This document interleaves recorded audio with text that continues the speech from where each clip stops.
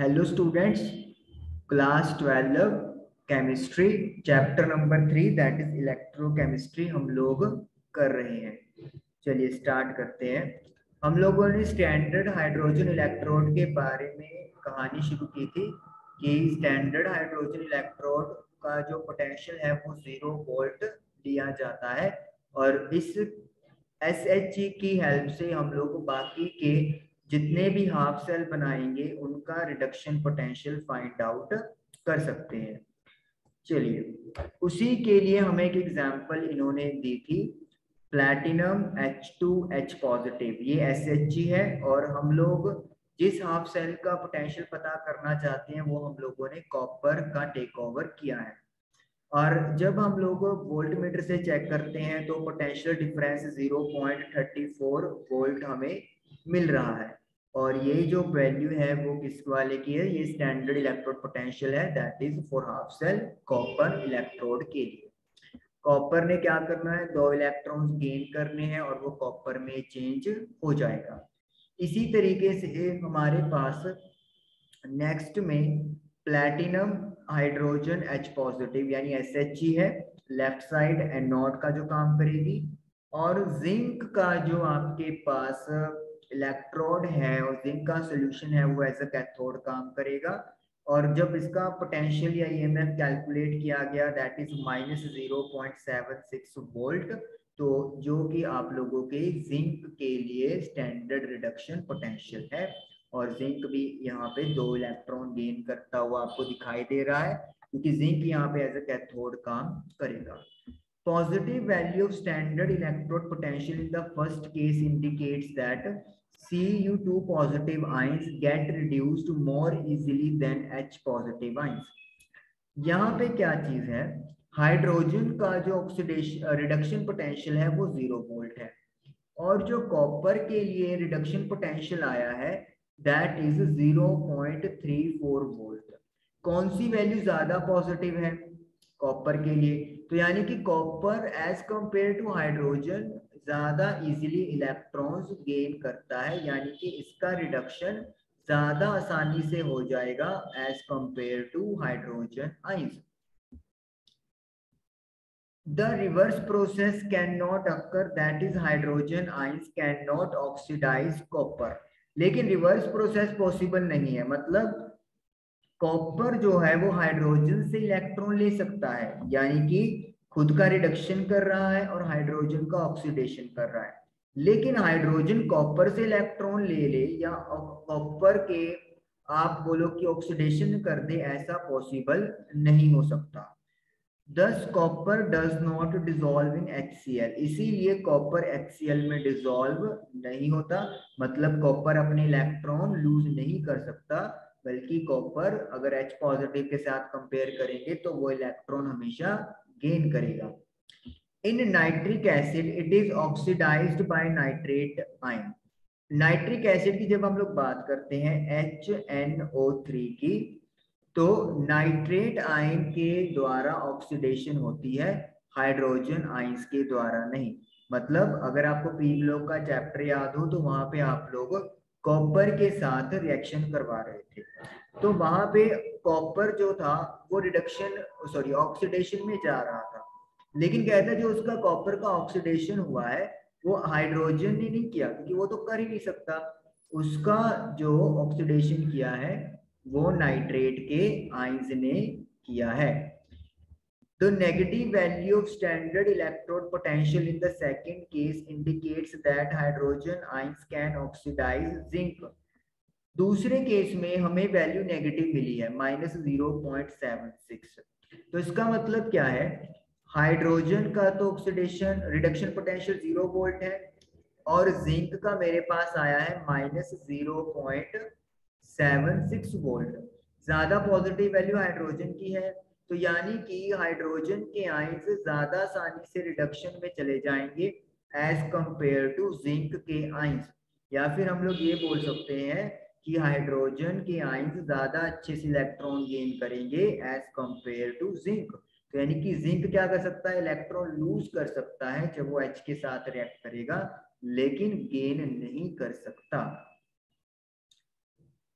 The hydrogen ions can oxidise zinc, hydrogen के ion zinc से electron ले लेंगे और zinc can reduce hydrogen ions, या फिर जिंक हाइड्रोजन के आइंस को इलेक्ट्रॉन दे सकता है। In view of this convention, अब इस कन्वेंशन को ध्यान में रखते हुए, the half reaction of the Daniell cell in figure 3.1 can be written as, तो लेफ्ट पोर्शन में जिंक वाला सिस्टम था, तो जिंक अपने 2 इलेक्ट्रॉन लूज कर रहा है और 1 मोलैरिटी पे उसको हमने रखा हुआ है, ताकि हम लोग जो पोटेंशियल निकलेगा उसे स्टैंडर्ड पोटेंशियल मानेंगे। दूसरी तरफ राइट इलेक्ट्रोड, राइट पोर्शन में कॉपर का था, कॉपर 2 पॉजिटिव था, कॉपर ने 2 इलेक्ट्रॉन गेन कर लिए और कॉपर में कन्वर्ट हो गया। ओवरऑल रिएक्शन में लेफ्ट साइड लेफ्ट में ऐड कर दो, राइट साइड राइट में ऐड करके ये आपकी कंप्लीट रिएक्शन बन गई। Zinc plus copper 2 positive arrow, zinc 2 positive plus copper, तो इस तरीके से ये डैनियल सेल की इक्वेशन तैयार हो गई। सेल का ईएमएफ निकालने का फॉर्मूला आपको पता है, right side minus left side. Right side का मतलब क्या होता था, राइट साइड का मतलब था कैथोड या फिर रिडक्शन, और लेफ्ट साइड पे एनोड यानी कि ऑक्सीडेशन। तो रिडक्शन कॉपर की हो रही है, तो कॉपर का पोटेंशियल 0.34 है, माइनस फॉर्मूले में आ रहा है। लेफ्ट साइड में ऑक्सीडेशन, यानी कि ऑक्सीडेशन किसका, इलेक्ट्रॉन लूज, वो कौन है, एनोड, दैट इज जिंक, और उसका पोटेंशियल है -0.76, और इस तरीके से सॉल्व करके माइनस माइनस प्लस हो जाएगा, तो आंसर आ रहा है 1.1 वोल्ट, जो हम लोगों ने पहले भी डिस्कस किया था कि डैनियल सेल का स्टैंडर्ड रिडक्शन पोटेंशियल 1.1 वोल्ट है। Sometimes metals like platinum or gold are used as inert electrodes. कई बार मेटल्स जैसे कि प्लैटिनम या फिर गोल्ड को इनर्ट इलेक्ट्रोड के तौर पे यूज करते हैं। They do not participate in the reaction. ये रिएक्शन में पार्टिसिपेट नहीं करते, but provide their surface for the oxidation और reduction reaction. लेकिन अपनी सरफेस दे देते हैं कि आप इस सरफेस पर ऑक्सीडेशन या फिर रिडक्शन जो भी हो रहा है वो आप कर सकते हो। And for the conduction of electron, और साथ ही इलेक्ट्रॉन्स इजीली कंडक्ट यानी कि फ्लो कर सके, वहां पे भी ये प्रोवाइड करते हैं। एग्जाम्पल के लिए प्लैटिनम को हाफ सेल में यूज किया जा रहा है, हाइड्रोजन इलेक्ट्रोड है पीटी, प्लैटिनम के लिए यूज किया गया है हाइड्रोजन गैस और H पॉजिटिव के आइंस। हाफ रिएक्शन में हाइड्रोजन ने इलेक्ट्रॉन गेन कर लिया, और अगर ब्रोमीन का इलेक्ट्रोड है तो हम लोग क्या यूज कर लेंगे, प्लैटिनम के साथ ब्रोमीन का सॉल्यूशन और ब्रोमीन के आयन। तो इस तरीके से हमारे पास रिएक्शन चलती है। With half cell reaction, bromine aqueous ने एक इलेक्ट्रॉन गेन करके ब्रोमीन नेगेटिव चार्ज उसके ऊपर आ गया, क्योंकि इलेक्ट्रॉन क्या किया जा रहा है, गेन किया जा रहा है। The standard electrode potential are very important and we can extract a lot of useful information from them. Standard electrode potential बहुत important है और हम लोग काफी important जो information है वो यहाँ से निकाल सकते हैं। The values of standard electrode potentials for some selected half cell reduction reactions are given in table 3.1. Table 3.1 में आप लोगों को वैल्यूज दी हुई हैं काफी सारे, यहाँ पे कंपोनेंट्स के आप देख सकते हो, तो 298 केल्विन पे ये काफी सारे हाफ सेल्स की रिडक्शन पोटेंशियल आप लोगों को दी हुई हैं। If the standard electrode potential of an electrode is greater than 0, अगर किसी का स्टैंडर्ड रिडक्शन पोटेंशियल 0 से बड़ा है, then its reduced form is more stable compared to hydrogen gas. तो इसका मतलब ये इलेक्ट्रॉन ज्यादा आसानी से गेन करेगा, इसका रिडक्शन फॉर्म ज्यादा स्टेबल है जब हम लोग हाइड्रोजन गैस के साथ कंपेयर करेंगे। यानी कि 0 से बड़ा है तो मतलब हाइड्रोजन के कंपेयर में इलेक्ट्रॉन्स इजीली गेन होगा, तो रिडक्शन वाला जो स्टेटस है वो ज्यादा स्टेबल रहेगा। Similarly, if the standard electrode potential is negative, then hydrogen gas is more stable than the reduced form of the species. लेकिन दूसरी तरफ अगर स्टैंडर्ड इलेक्ट्रोड पोटेंशियल नेगेटिव आ रहा है हाइड्रोजन गैस से, तो इसका मतलब क्या है, हाइड्रोजन गैस की रिड्यूस फॉर्म ज्यादा स्टेबल है, तो यानी कि ज्यादा इजीली हाइड्रोजन के आयन से इलेक्ट्रॉन गेन करेंगे, और जो दूसरा है वो इलेक्ट्रॉन लूज करना प्रेफर करेगा। It can be seen that standard electrode potential for fluorine is the highest in the table, indicating that fluorine has the maximum tendency to get reduced to fluoride ions. हम लोग देखेंगे अगर value को, तो fluorine के लिए जो value है वो सबसे ज्यादा आ रही है। अच्छा, चेक कर लेते हैं। बिल्कुल, फ्लोरीन की वैल्यू इस टेबल में सबसे ज्यादा है 2.87।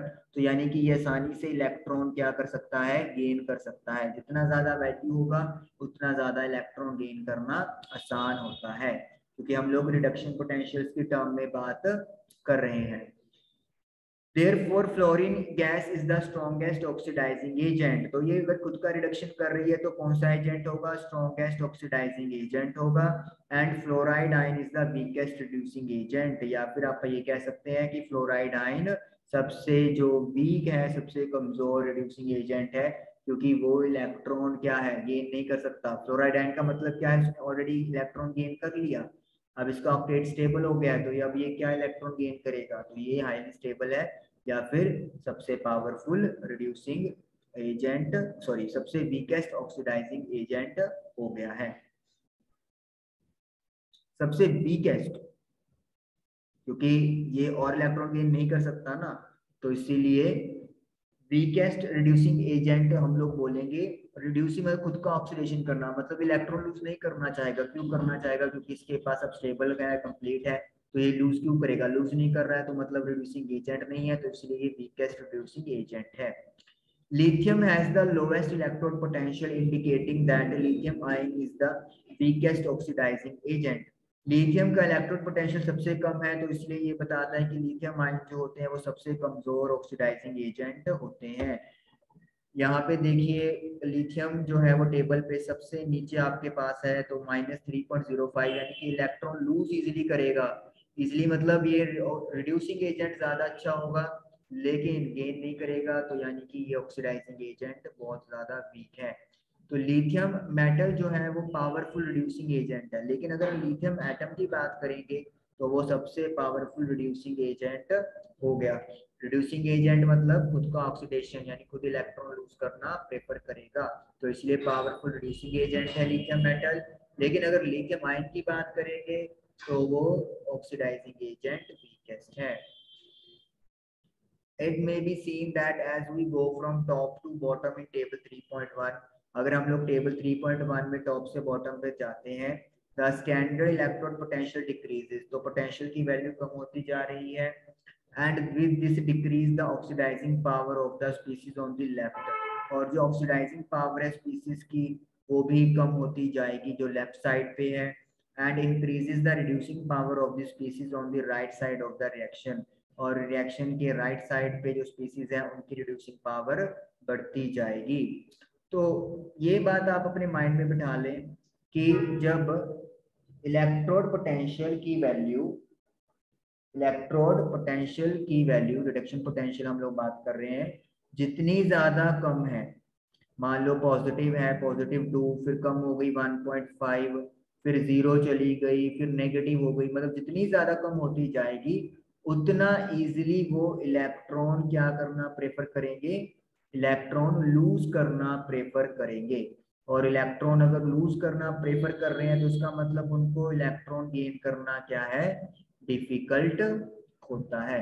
अब इलेक्ट्रॉन लूज करना इजी है, तो इसका मतलब खुद का क्या हो रहा है, उनका ऑक्सीडेशन, और दूसरे का क्या हो रहा है, रिडक्शन।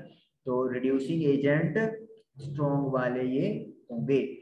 लेकिन अगर इलेक्ट्रॉन गेन की टर्म्स में बात करेंगे तो इलेक्ट्रॉन गेन करना डिफिकल्ट है। गेन मतलब रिडक्शन, इनका रिड्यूस होना डिफिकल्ट है, लेकिन इनका ऑक्सीडेशन हो जाना आसान है। क्योंकि अगर इलेक्ट्रॉन गेन करना डिफिकल्ट हो रहा है तो मतलब इलेक्ट्रॉन लूज करना आसान होगा। Electrochemical cells are extensively used for determining the pH of solution. ये अब हमें दिखा दिया कि हम कैसे कैसे इनका यूज कर सकते हैं सेल्स का, सॉल्यूशन का पीएच के लिए, सोलबिलिटी प्रोडक्ट निकालने के लिए, इक्विलिब्रियम कांस्टेंट, और दूसरी थर्मोडायनेमिक प्रॉपर्टीज, और पोटेंशियोमीटर टाइट्रेशन के लिए भी इनको हम लोग यूज करते हैं। तो आज के लेक्चर में जो मेन बात आपको याद रखनी है, रिडक्शन पोटेंशियल जितना ज्यादा होगा इलेक्ट्रॉन गेन करना उतना ही आसान हो जाएगा।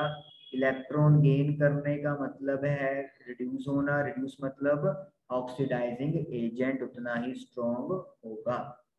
Thank you for watching the video.